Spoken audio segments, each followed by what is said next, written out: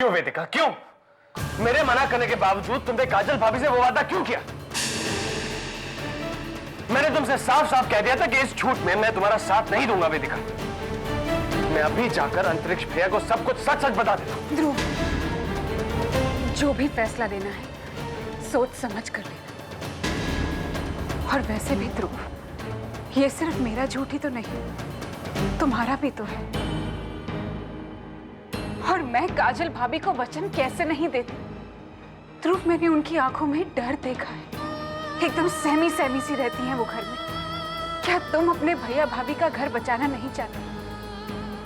ध्रुव, तुम्हें क्या लगता है, क्या इन सारी बातों के पीछे मेरा कोई स्वार्थ है?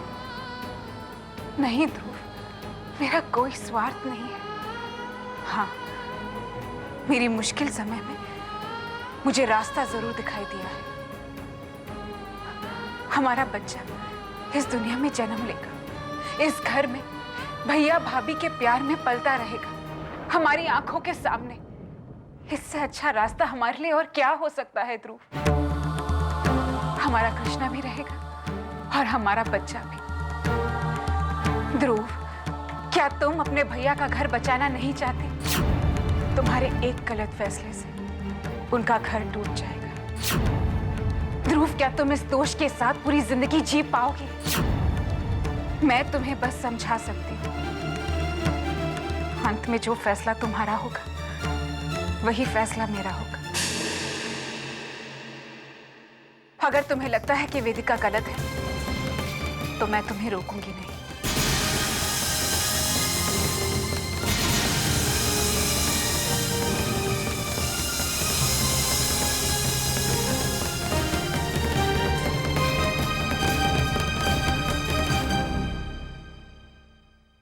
ओह, ये माँ मसालों की डेथ होती जा रही है, पता नहीं कहाँ चला गया। रघु, रघु, काम के वक्त कोई नहीं मिलता।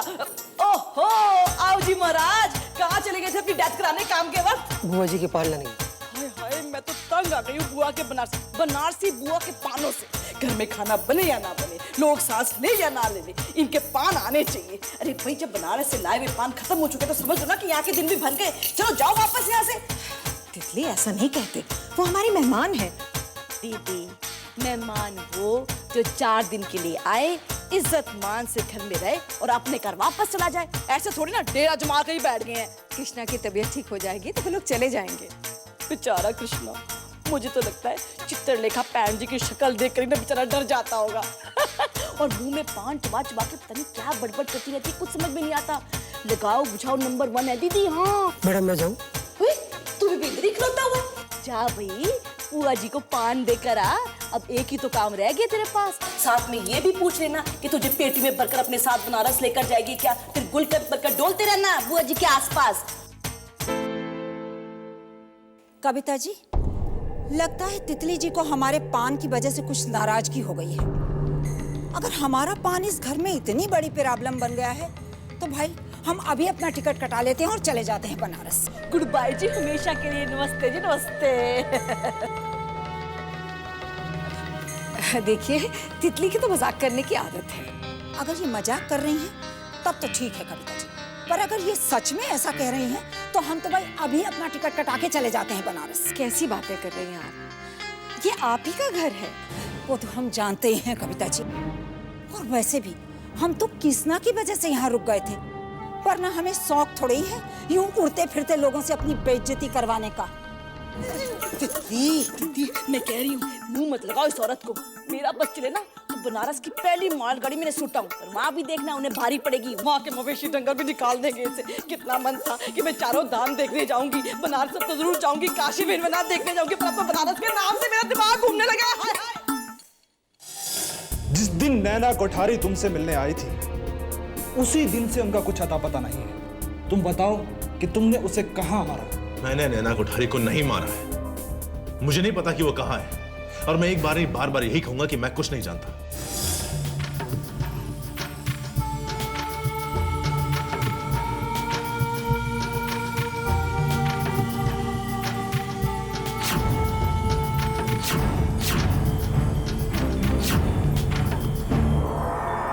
तुमने मुझसे झूठ क्यों बोला? क्यों मुझसे ये बात छुपाई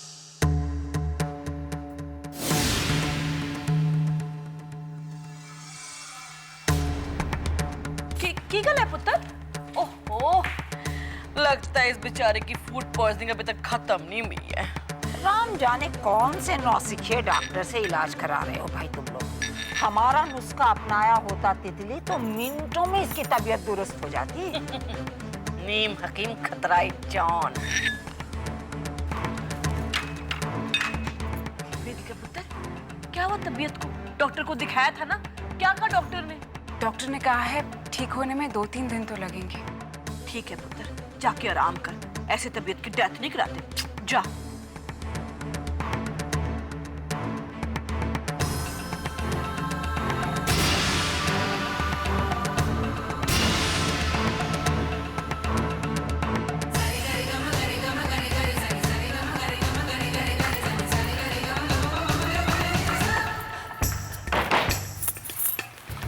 लली, यहाँ बैठ। क्या हुआ बुआ? देख लली, तुम हमारी बात बस चुप से सुनना। अब कौन सी ताजा खबर लाई है आप? अरे वो वेदिका पक्का पेट से है, पाँव भारी है उसका। तुम्हारी वेदिका माँ बनने वाली है लल्ली। बुआ, ये आप क्या कह रही हैं? वेदिका अभी तो अपना ऑपरेशन करके आई है। अरे गोबर गणेश, यही बात तो हम तुम्हें सुनाने वाले हैं।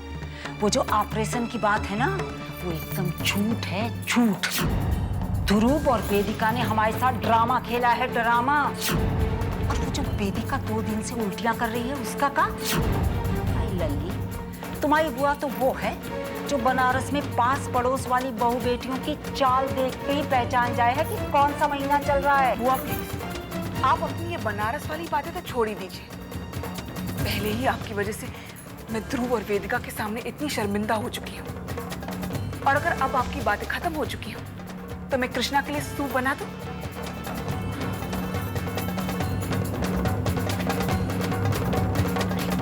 पर गणेश, कुछ समझती काहे नहीं हो? वेदिका, तुम हमारी लल्ली को तो उल्लू बना सकती हो, पर इस बनारसी बुआ को नहीं। अरे हम तो उड़ती चिड़िया के पर कतरते हैं, तुम क्या चीज हो?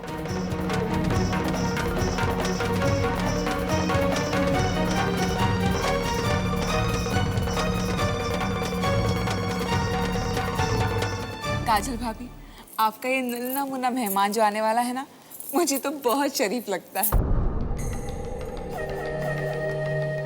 क्या मतलब? मैं कुछ समझी नहीं। अरे ये आपको तो परेशान ही नहीं करता है? आपको पता है जब कृष्णा होने वाला था ना, तब वो मुझे इतना तंग करता था, इतना तंग करता था, मैं बता नहीं सकती। पहले 3 महीनों में तो मुझे मॉर्निंग सिकनेस क्या, पूरा दिन ही सिकनेस होती रहती थी। आपको ऐसा कुछ भी नहीं फील होता? हाँ, वो पता है अलीशा, उस दिन काजल भाभी मुझसे कह रही थी कि उन्हें खट्टा खाने का मन कर रहा है, तीखा खाने का मन कर रहा है ना काजल भाभी? हाँ। ये लो वेदिका, देखो हम तुम्हारे लिए काल आए हैं। ये पपीता खाओ, हाजमे के लिए बहुत अच्छा होता है। वो जो तुम्हें उल्टी हो रही थी, एकदम ठीक हो जाएगी।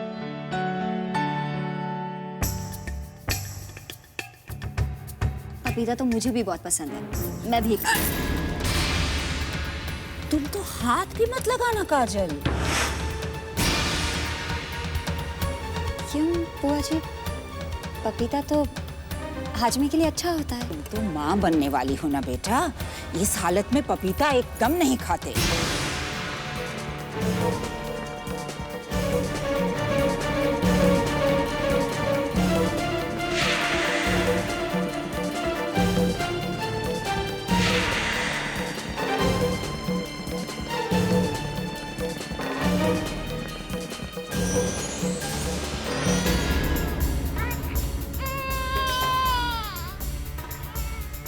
कृष्णा रो रहा है, मैं जाकर कृष्णा को देखती हूँ। अरे वेदिका, पपीता तो खा लो, कृष्णा को मैं देख लेती हूँ। अलीशा तुम बैठो, मैं पपीता बाद में खा लूंगी। कृष्णा रो रहा है ना, मैं जाकर देखती हूँ।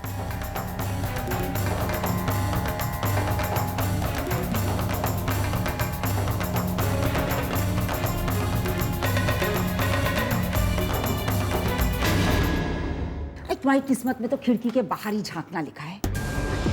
आस पास घर में जो कुछ हो रहा है उस पर हमारी तरह नजर काहे नहीं रखती हो? पर बुआ, वेदिका मुझसे इतना बड़ा झूठ कैसे बोल सकती है? अरे काहे नहीं बोल सकती? ये कलयुग है लल्ली, कलयुग। कलयुग में लोग पहले अपने बारे में सोचते हैं, फिर दूसरे का सोचते हैं। तुम्हारी तरह थोड़ी अपना ही बच्चा किसी दूसरे की गोद में डालने को तैयार हो। लल्ली, तुम तो बहुत अच्छी हो, पर सारी दुनिया को अपने जैसा अच्छा मत समझो। इस भ्रम में मत जियो। नहीं बुआ, मेरा दिल तो अभी भी नहीं मान रहा कि वेदिका मेरे साथ ऐसा कर सकती है। लो, कर लो बात। अरे वेदिका पपीता खाने को तैयार हुई? नहीं ना? और एक तुम हो कि सच मानने को तैयार ही नहीं।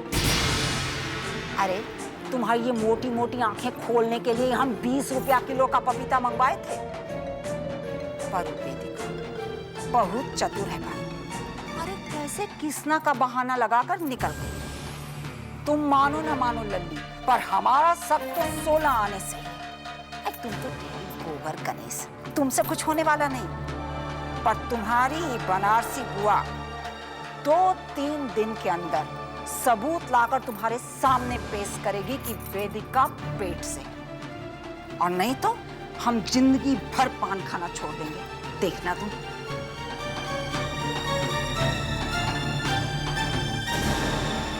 देख लल्ली, तू ऐसा कर, तू कल अपने चेकअप के बहाने अस्पताल चली जा और वेदिका को भी वहां चेकअप के लिए ले जा।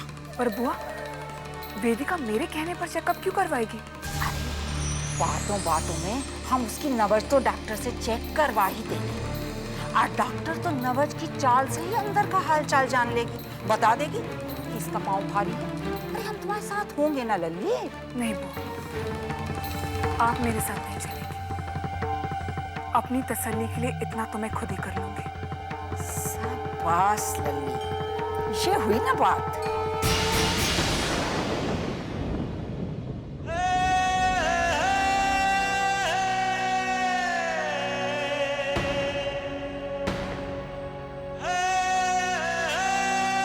तू कल अपने चेकअप के बहाने अस्पताल चली जा और वेदिका को भी वहां चेकअप के लिए ले जा, और डॉक्टर तो नब्ज की चाल से ही अंदर का हालचाल जान लेगी, बता देगी कि इसका पाँव भारी है। अलीशा ने अगर मुझे अपने साथ ले जाने की जिद की तो कैसे टालूंगी उसे? क्या कहूंगी उससे? क्या कहूंगी उससे? क्या कहूंगी उससे?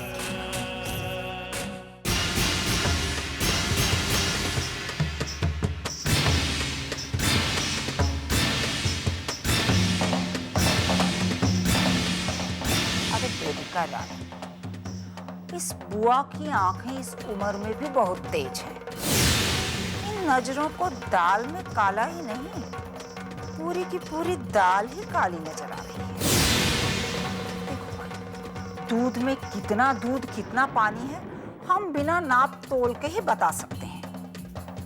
इसलिए हम जानते हैं वेदिका, हम जानते हैं कि तुम्हारा पाँव भारी है, तुम पेट से हो। इन बनारसी आंखों से कुछ छिपा नहीं है वेदिका रानी।